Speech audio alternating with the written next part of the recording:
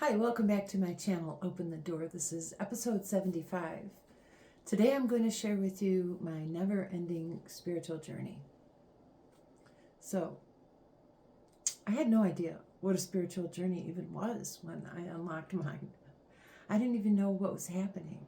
I didn't know about the dark night of the soul or how to manifest something.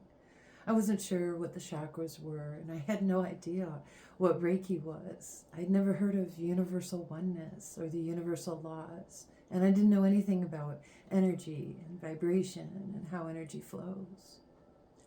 And I had no idea of the life-changing adventure that I had embarked upon. But I did know that there was no going back. At first it felt like someone had given me some directions that were making no sense, like go through the door, take a left, go up the stairs, go around the corner, go back down the other stairs, take the elevator. It's just a constant twists and turns on this journey, and not in a bad way. It can be really exciting at times, but you kind of don't know what's coming next, which can make it, intriguing. But so this path that I've been on has been going on for about 15 years now. So here's what I found out. Here's what the spiritual journey means to me. It's the exploration into the depths of my soul, which nourishes my connection to Source, to God, to our Creator, and the universe. And through this connection, it's been the discovery of my true nature, my divine essence, my inner light, and my purpose. Here's why it's never ending. Whenever I reflect back on where I was earlier in my journey and how much growth and progress I've made in the passage of time since the beginning, let's say 15 years ago, it boggles my mind how many more lessons have shown up after I thought I had made so much progress, which I have. I've made a lot of progress.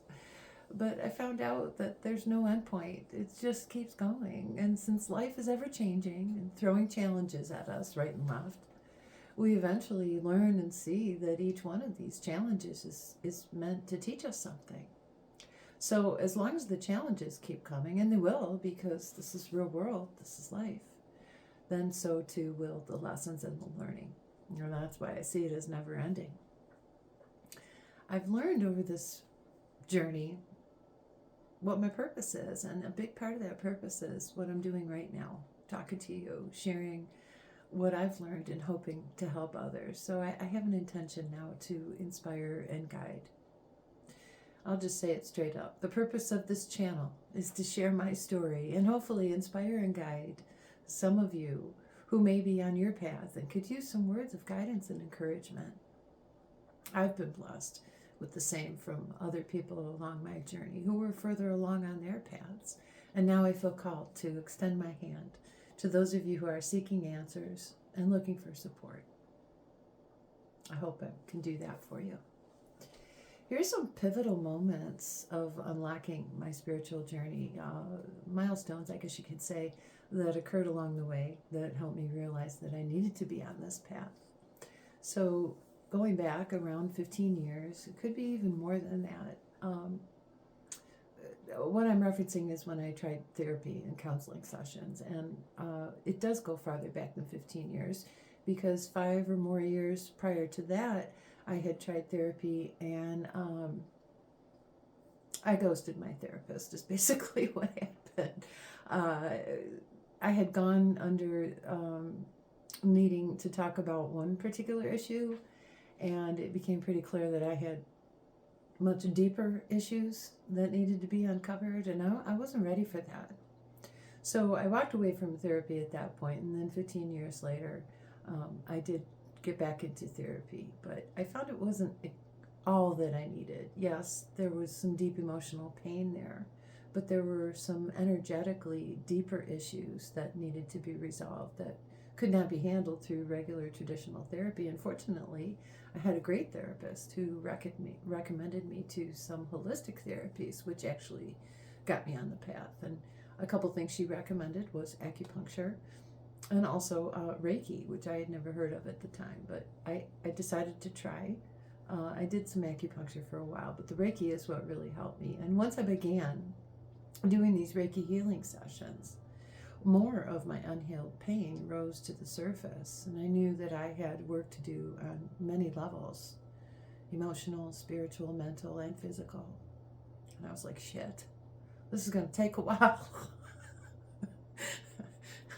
And then on top of that came the hashtag MeToo movement showed up, and my visceral reaction to that was flat out, no, we're not doing this. But it was hashtag too late because my Pandora's box had been unlocked and the contents were spilling out.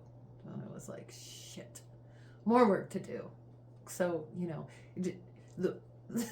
the issues are going to become more obvious to you faster than you're able to work on them, okay? So you kind of have, you need some guidance, you need some support, and you need to disseminate which issues to tackle first. Okay, so another pivotal moment in my unlocking has to do with when I went through menopause, which came around the same time as the hashtag MeToo. And, this early stages of menopause, ladies, I feel you. It went on for me for about 10 years, and it was all, conjoining and happening at the same time. And then as I moved further along the journey, it was becoming more evident, to me, that I needed to be on my own. So I had so much work to do, and it needed to be done in solitude. And this meant that my next milestone was about to occur, because I knew that I was going to have to pull the trigger and end my 35-year marriage to the kindest, most genuine man I've ever known. And we are still friends to this day. But I knew early on in our marriage that it wasn't a perfect fit for me. But I ignored my intuition and my inner knowing, and I lived in denial, trying to fit into the expectations of society and my family. I convinced myself that I was happy, and for the most part I was, but deep down there were aspects of myself that just were not happy. So, more shit, more major healing to do. And there's huge lessons in that, many, many lessons that I'm still working through, and I'll always be working through how I handled that situation. 2 years later, now that I've been on my own, I'm much more self-aware, but it doesn't mean I'm perfect. I practice mindfulness as much as possible, but sometimes I get caught up in these old thought patterns and belief systems about myself that no longer hold true. But now I can catch myself instead of staying stuck in these old mindsets. At times I revisit old pain, not on purpose, but what still needs to be looked at will surface by itself over time. And when it does, I give it the intention that it's seeking, instead of pushing it away, or worse, pretending that it's not there. Now, I listen to my intuition, I follow my inner knowing, I stand in my truth, and I bring the light of unconditional love to everything that I do. Never ending in the spiritual awakening realm means ongoing growth, even when we feel like we've reached all the heights of spirituality. That never happens, okay? Each new challenge and insight opens another door to more discovery and more growth. It's a spiral, cyclical nature to this spiritual transformation, where we revisit old lessons on deeper levels, and they keep circling back around until they're seen clearly and the lessons are learned and the wisdom is gleaned from it. So in my example would be with my failed marriage, seeing that that I'm a failure, that I, all these things that I did wrong, instead of, now I look at the lessons that I've learned from that about self-worth, about being honest with myself and others, which has helped me gain clarity. So key insights to embracing this journey include surrender to the process and cultivate self-awareness, self-forgiveness, and self-love. Trust that there's going to be challenges in the journey. Work on connecting to your higher self, following your intuitive nudges, and use meditation to listen to your inner self. It may not speak up as a voice, it may be an inner knowing. Stay curious and nurture your inner child. Find joy and opportunities for play. Create positive energy in your life with laughter and fun activities that spark your curiosity.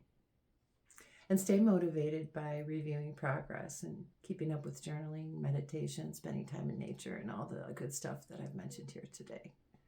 So those are little aspects of how I continue along this journey and how I try to embrace the journey by surrendering, cultivating trust, and feeding my inner child. So here's our lesson for today. My never-ending spiritual adventure. If you have any comments or questions, please leave them down below. Give me a like or share, and please subscribe if you're not already subscribed. I appreciate you stopping in today. I'll be back again soon. Have a great day and take good care of yourselves. I wish you peace, love, and light always. And I'll see you soon. Bye for now.